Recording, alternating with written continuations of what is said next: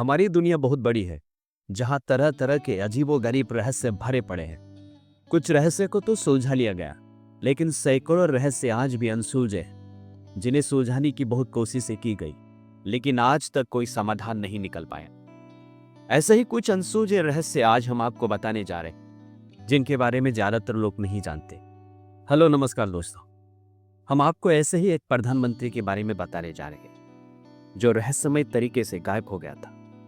हैरानी की बात तो यह है कि वह प्रधानमंत्री न तो जिंदा कभी मिल पाया और न ही उसकी लाश कभी मिली। जी हाँ, हैरोल्ड एडवर्ड होल्ट, जो ऑस्ट्रेलिया के 17वें प्रधानमंत्री थे। 17 दिसंबर 1967 को विक्टोरिया के सोवियत बीच पर तैरने के दौरान होल्ट अचानक गायब हो गए थे। उन्हें बहुत ढूंढा गया, लेकिन वो कहीं नहीं मिले। आखिरकार 20 दिसंबर 1967 को उन्हें आधिकारिक तौर पर मृत घोषित कर दिया, लेकिन उनका शव आज तक नहीं मिल पाया। होल्ट के रहस्यमय तरीके से गायब होने को लेकर कई तरह की बातें भी हुई। किसी ने कहा कि उन्हें सार खा गई होगी, तो किसी ने उनके गायब होने को हत्या से जोड़ दिया। वहीं बहुत सारे ऐसे लोग भी हैं जो कहते हैं कि उन्होंने आत्महत्या कर ली होगी, जबकि कुछ का कहना है कि उन्हें यूएफओ उठाकर ले गया होगा। हालांकि अभी तक इनमें से किसी भी बात की पुष्टि नहीं हो पाई। यह सिर्फ मनगढ़ंत कहानियां हैं।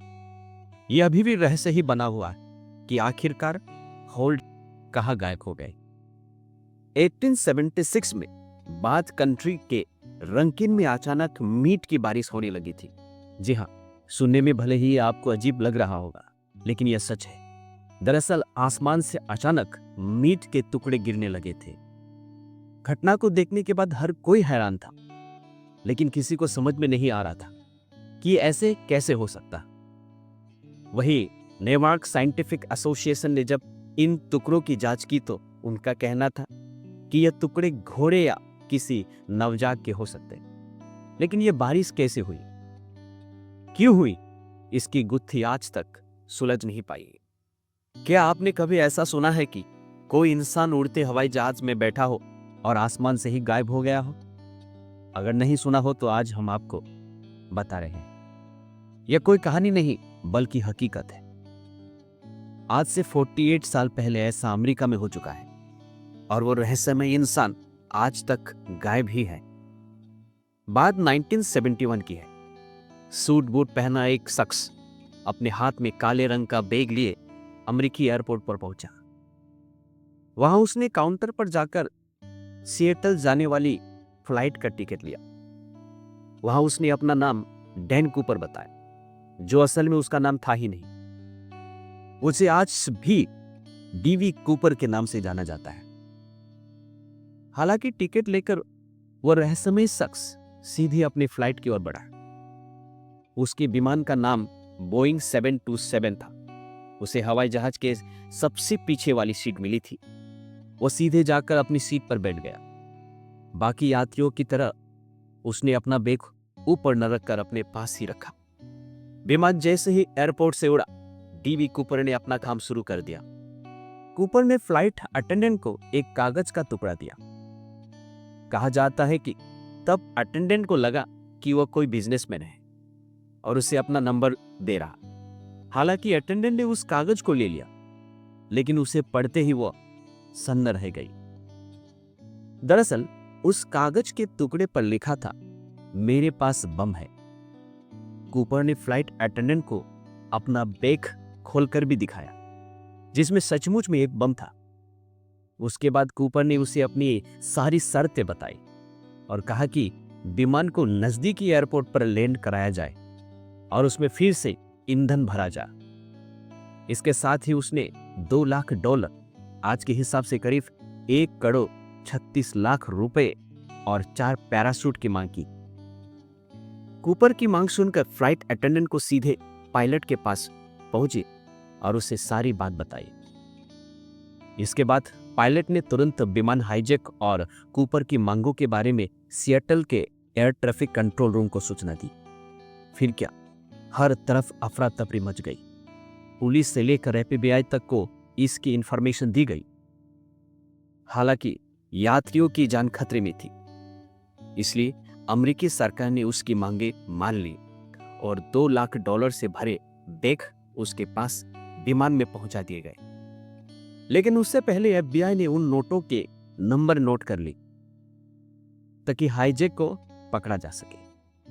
किसी को भी अंदाजा नहीं था कि कूपर का असली खेल तो अभी बाकी था। दरअसल कूपर की सारी मांगी पूरी की गई तो उसने पायलट को विमान उड़ाने के लिए कहा। रात का समय था और उसने पायलट को विमान मेक्सिको से ले जाने को बोल दिया। उधर अमेरिकी एयरफोर्स ने भी अपनी 2 विमान उसके पीछे लगा दिए ताकि लैंडिंग के वक्त कूपर को पकड़ा जा सके। विमान अभी हवा में ही था कि कूपर ने सभी को पायलट रूम में जाने को कहा। साथ ही उसने यह भी हिदायत दी कि कई दरवाजा अंदर से बंद रखा जाए। इसके थोड़ी देर के बाद पायलट को विमान में हवा के दबाव में फर्क महसूस हुआ।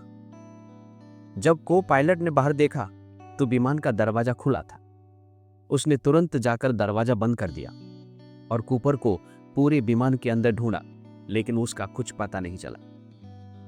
वो हवा में ही विमान से नीचे कूद चुका था।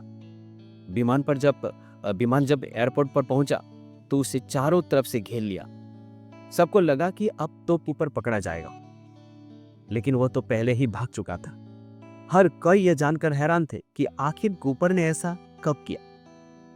यहां तक कि उस विमान के साथ साथ चल रहे अमेरिकी एयरफोर्स के विमान के पायलट को भी इसके बारे में कुछ पता नहीं चला।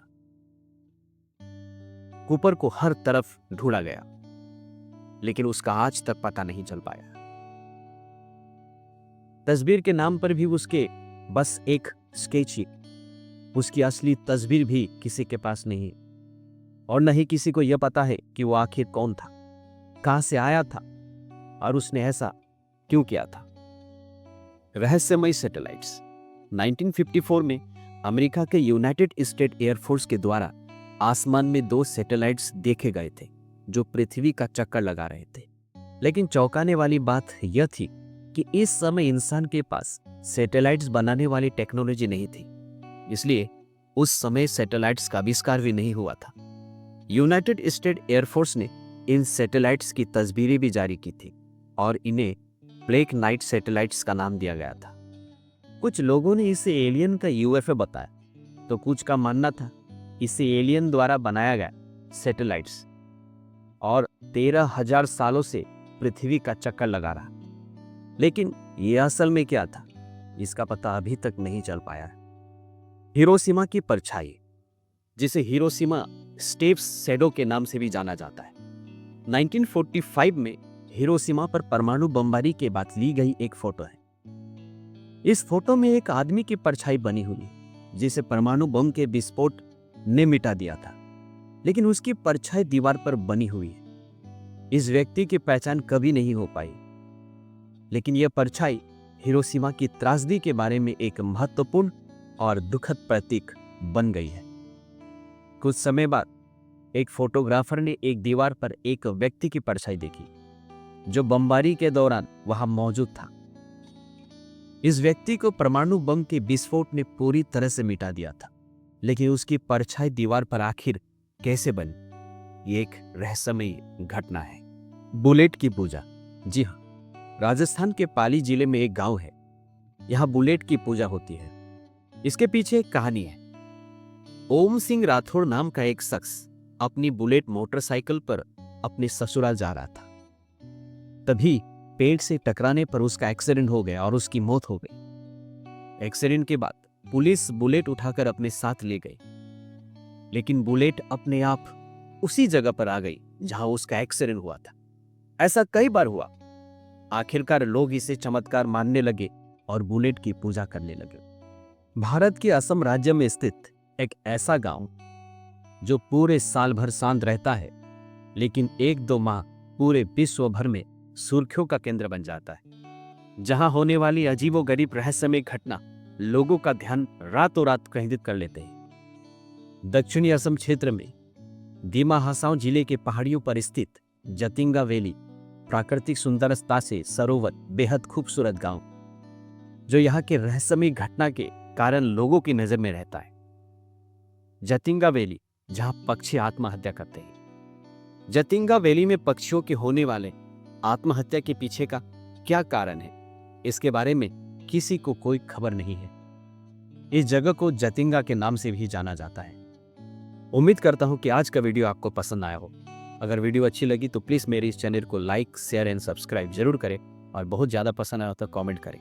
बहुत जल्द एक और नए वीडियो के साथ आपसे मुलाकात करेंगे। तब तक के लिए अपना ख्याल रखिएगा। बहुत बहुत धन्यवाद। जय हिंद।